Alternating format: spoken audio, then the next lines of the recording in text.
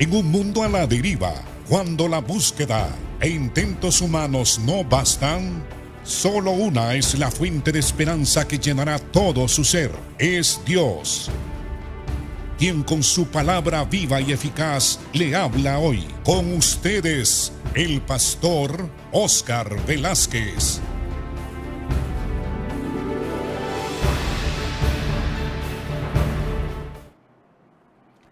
Dios le bendiga, hermano. Continuamos el estudio de Lucas capítulo 6.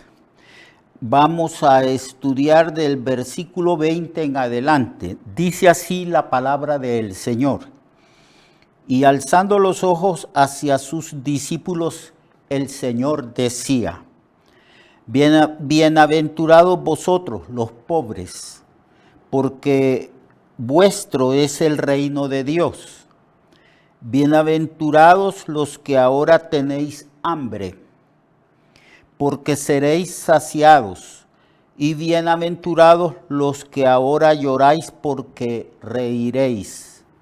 Bienaventurados seréis cuando los hombres os aborrezcan y cuando os aparten de sí y os vituperen y desechen vuestro nombre como malo por causa del Hijo del Hombre o del reino de los cielos. Gozaos en aquel día y alegraos, porque he aquí vuestro galardón es grande en los cielos, porque así hacían sus padres con los profetas. Mas ay de vosotros ricos, porque ya tenéis vuestro consuelo. Ay de vosotros los que ahora estáis saciados, porque tendréis hambre.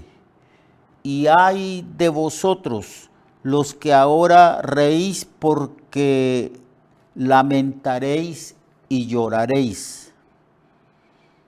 Y ay de vosotros cuando todos los hombres hablen bien de vosotros, porque así hacían sus padres con los falsos profetas.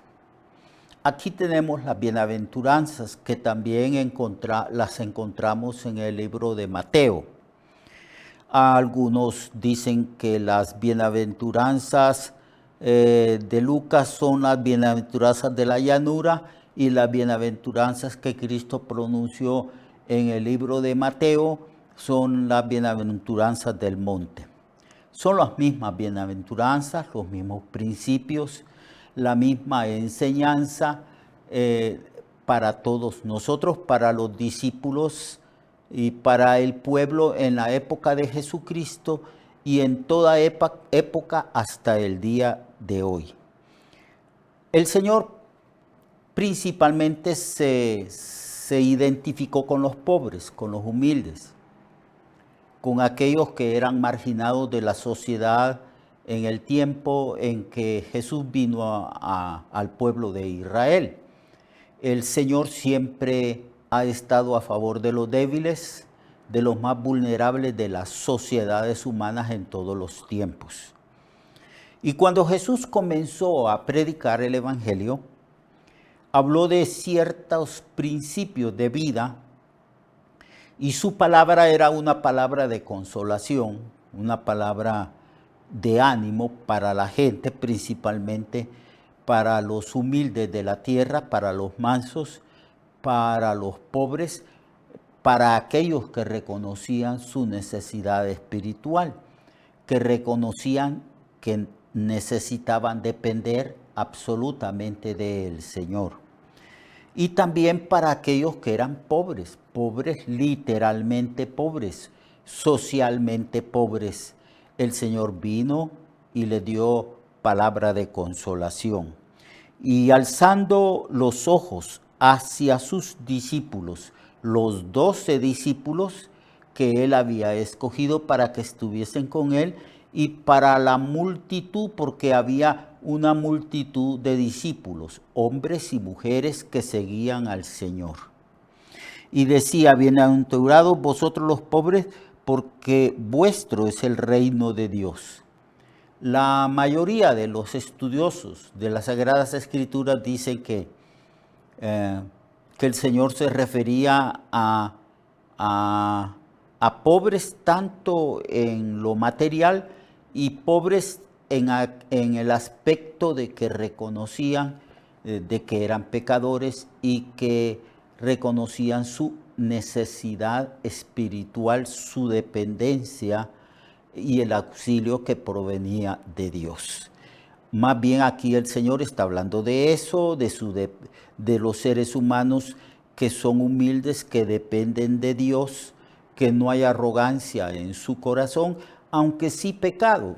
Debemos de reconocer el hombre y la mujer que reconoce su necesidad espiritual, que reconoce su pecado y reconoce que depende de Dios y busca a Dios, aunque su fe no sea una fe perfecta, aunque todavía no conozca al Señor, pero hay una actitud de humildad frente al Señor.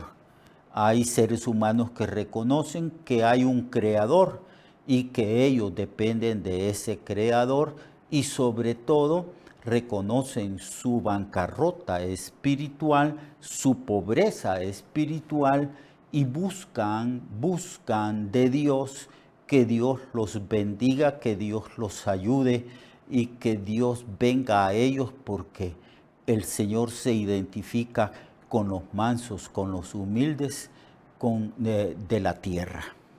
Y por eso es que se dirigió a ese grupo de discípulos y les dijo, bienaventurados vosotros los pobres, porque vuestro es el reino de Dios. Cuando uno reconoce su pobreza espiritual, el Señor da una promesa a los que reconocen su pobreza espiritual. El Señor está diciendo que serán ricos, seremos ricos. Desde el momento en que una persona, hombre o mujer, cree en Jesucristo, entrega su vida a Jesús y le pide perdón y se arrepiente de sus pecados, pasa a ser discípulo del Señor.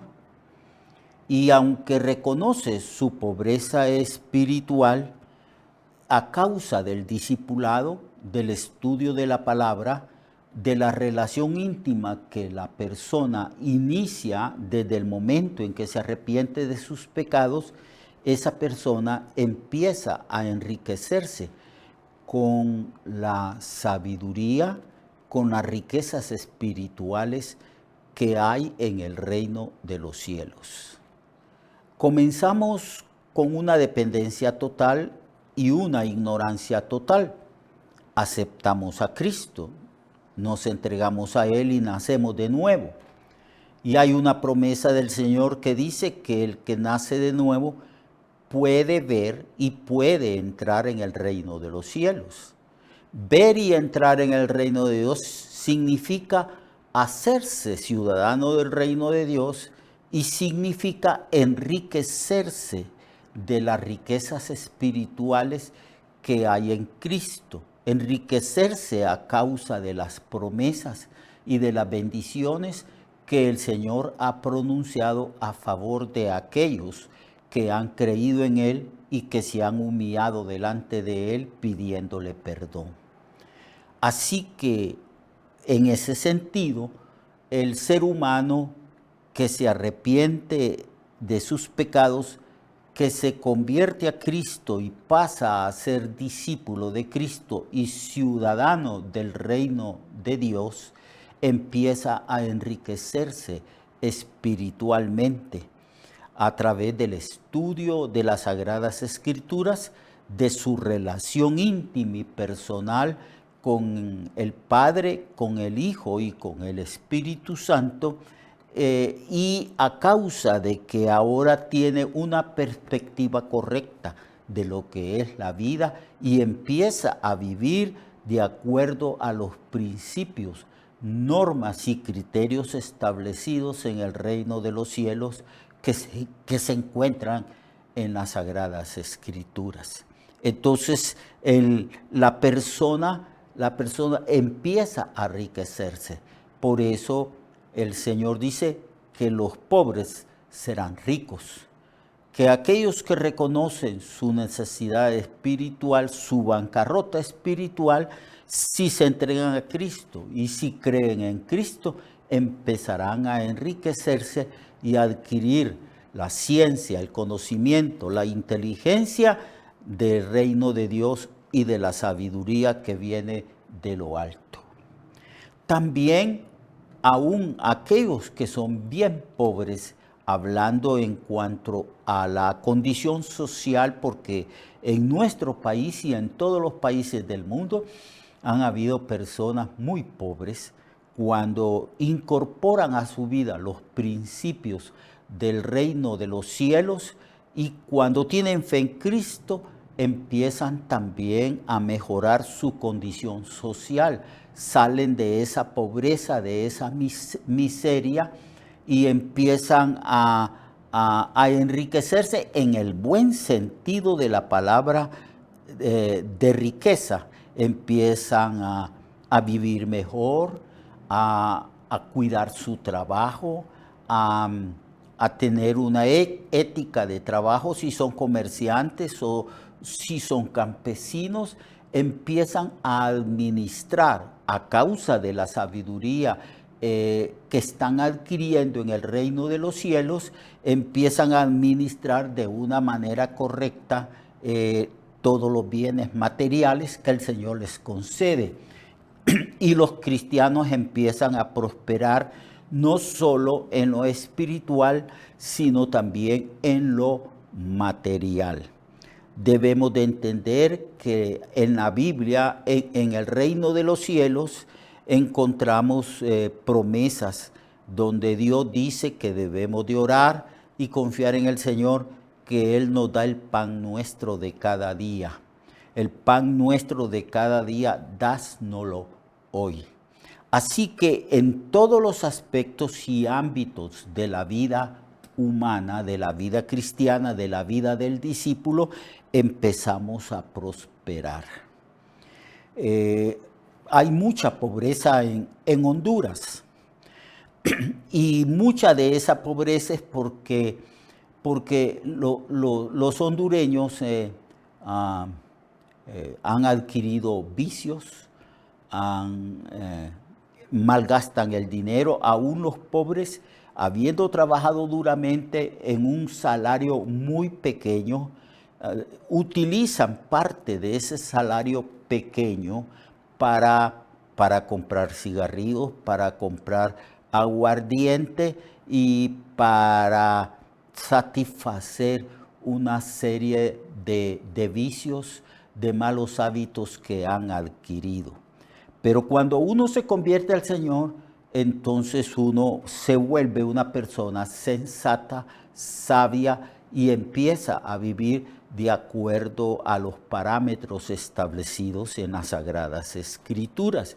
Y es el discípulo de Cristo, el cristiano, empieza a enriquecerse espiritualmente y también materialmente. Empieza a mejorar su situación social, como también a mejorar su vida espiritual. Todo eso lo encontramos en Cristo, todo eso lo encontramos en Dios. Dios no glorifica la pobreza, no, de ninguna manera. Dios hizo un mundo donde hay recursos suficientes para mantener la vida de todas las criaturas que Dios hizo. El hombre, los animales y también las plantas. Lo que sucede es que el hombre ha hecho una mala administración de todos los bienes que el Señor le ha confiado a la raza humana, al ser humano. Entonces, bienaventurados los pobres, porque de ellos es el reino de los cielos. Y el reino de los cielos implica riquezas espirituales e implica también prosperidad, una prosperidad normal, una prosperidad en todos los aspectos de la vida.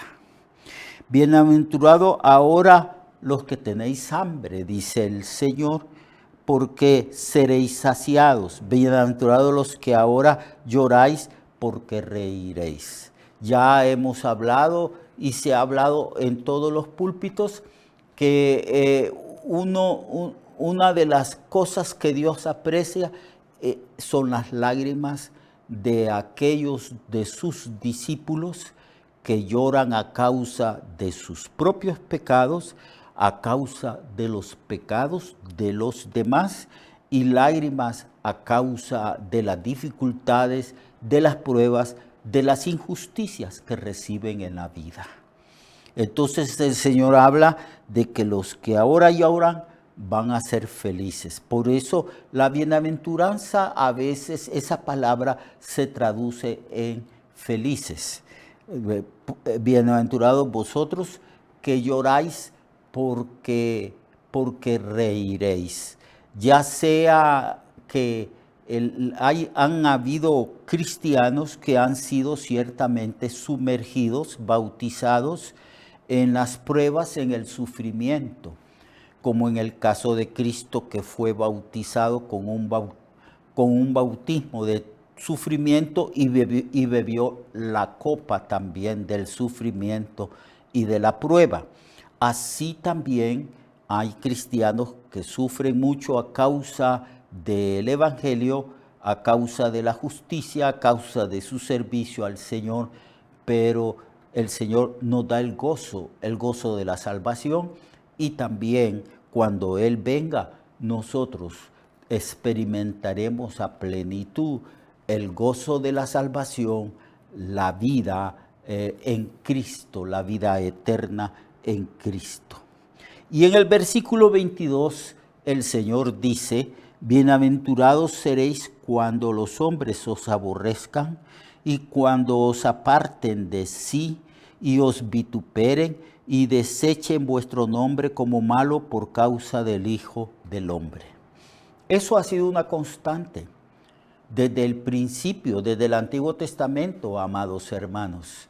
El diablo odia a aquellos que son parte del pueblo de Dios. Odia a nosotros que vivimos de acuerdo a la ética, a los principios establecidos en el reino de Dios. Si a Cristo lo aborrecieron, así lo dijo el Señor: si a mí me han aborrecido, si a mí me persiguen y me vituperan, harán lo mismo con vosotros. El apóstol Pablo declara que ciertamente es necesario que por muchas tribulaciones entremos en el reino de los cielos. El Señor dice que debemos gozarnos, alegrarnos, que el galardón nuestro es grande en los cielos, porque así sufrieron y fueron perseguidos los profetas en el Antiguo Testamento y los hombres y mujeres justos.